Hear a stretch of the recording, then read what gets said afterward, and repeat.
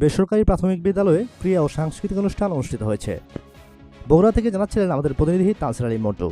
অভিযান নিউজ টিভির সাথে আছি আমি তৌফিক হাসান।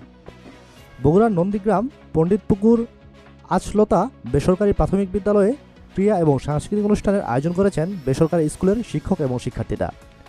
উক্ত অনুষ্ঠানে প্রধান অতিথি হিসেবে উপস্থিত ছিলেন নন্দীগ্রাম কাহালু বিএনপির সাবেক এমপি আলহাজ মুশারফ হোসেন।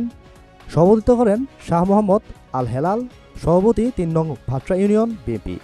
এ সময় আরও উপস্থিত ছিলেন বিএনপির সকল স্তরের নেতাকর্মীরা। বিস্তারিত দেখুন ভিডিওতে।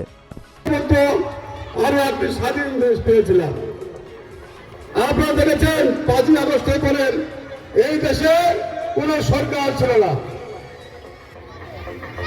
তাই আজকে একটি অন্তর্বর্তীকালীন সরকার প্রতিষ্ঠিত হয়েছে, এটা যার প্রধান হলো ডক্টর মোহাম্মদ ইউনূস। 10 সাল থেকে চলে একটি স্বাধীন সবুজ পতাকা, লাল সূর্যের পতাকা, একটি স্বাধীন সার্বভৌম বাংলাদেশ, বই আছে, একটি স্বাধীন ভূখণ্ড। আর বাংলার মাটিতে এই গণতন্ত্র ফিরে পাবেন বাংলাদেশে একটি প্রধান অতিথি জনাব আলহাজ মোশাররফ হোসেন বিষয়টি সুদৃষ্টি দেখার জন্য ঊর্ধ্বতন কর্মকর্তার কাছে অনুরোধ করা হলো।